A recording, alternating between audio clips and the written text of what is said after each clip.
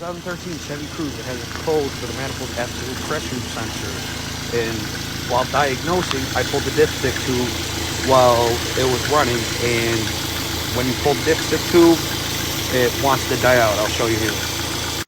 So you can hear it's running. Now when I pull the dipstick tube, it wants to die out. You put it back in, it goes back to normal. Common problem with these 1.8 EcoTechs is the PCV system and the valve cover. And I've diagnosed it as the valve cover. So today we're going to be replacing the valve cover. First, you got to get these electrical wires out of the way. You need to get this off and this off. I already did a little bit of that just to make sure how they come off. But you unplug this, unplug that. You don't have to, you just got to get them out of the way. They have little tabs on the side, or right there.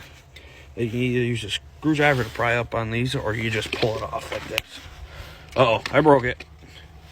Whatever, it's my sister's car. After you pulled up on it or pried it open, you broke a tab, it should look something like this. Now they got little tabs on the side here, where you just push back and pull up on the connector. Should come off looking something like this. I mean, you get all access to all the Torx bolts. You don't necessarily need to unplug everything if you're just doing the valve cover. But now you take the screwdriver and unplug this little clip, and this should just pop out. It should be something like this, kind of like that. I got to do this with two hands. It should look something like this. There's little grooves in there so this clip can stay in place. And then you just unplug it from that. Slide the coil cover off to the right like that. And then you're going to need your Torx. Grab your T40 Torx and loosen them. And then now you can take your ratchet off and use the extension. Sort of like this. Just unscrew them. You know, you should probably know how to do this by now. Now take your bolts, put them in a secure location, like the cowl. Now, you pry up on them, and it looks like we got a valve cover leak, a real bad one in the spark plug hole. Maybe that's why it's causing a misfire. That is a lot of oil. We're gonna have to clean that out. To clean it out, you just take your blue rag, shove it into the hole, let it soak up all the oil. You're gonna need something to push down into the hole because these rags are thick, boy.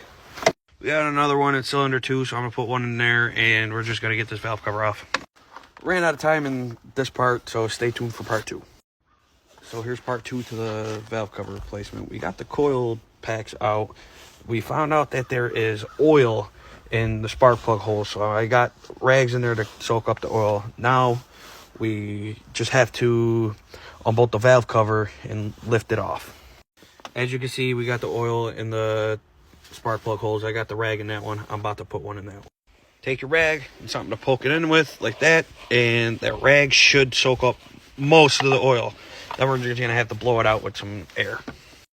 Now just look around and see how many e-Torx we got. We got 1, 2, 3, 4, 5, 6, 7, 8, 9, 10. We got 10 e-Torx that we got to take off. They are E10, so grab your E10 and then you're going to want to loosen them up. As so. It may be a little tight. You don't want to... Alright, that was fairly simple. You just want to loosen them up just a little bit. Should be doing outside in, but I'm just going one by one. That one, oh god, that one's scary. That didn't want to move. That one's there. That one's good. See that one, get under. That's why you want to take the wiring harness out of the way, but you don't have to. It's just going to be a nuisance. That one, get on there, and then ratchet it off. Break it loose. Break it loose. Break it loose.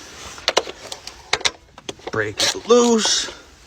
And break it loose. And then we got another one right there. The last one, break it loose. All right, now you can take your extension and take it off by hand. As so. I mean, they're a little tight, but I just broke them loose a little bit. Now you got the last one loosened up. You're gonna need to wiggle it off as so. Now that you wiggled it and had a bunch of corrosion on that one, it should just pop off and look like that. And a bolt fell. Inspect for any damages, and it looks like it's pretty clean for what I see. It's actually very clean. Now we got to clean the surface area. You take one of these or whatever you want to use to clean it and some brake clean. You want to spray it on the green thing and clean the surface area. You want to clean it off like this. Try to get as much shit as you can. You know, just clean it and make sure there's no debris on the surface area. I know it don't look the best, but I got it as clean as I can for what I got. It's this wimpy little green Brillo pad and some shop towels and some brake clean. Running out of time again. Part 3 is going to be up pretty soon. This is part 4. I ran out of time part 3. But you pull this, it really doesn't want to die down anymore. So I think that's a good sign.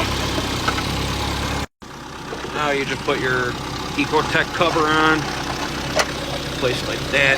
Push it down. It should slide into place. It should just slide into place, but it's not sliding into place right now. Go.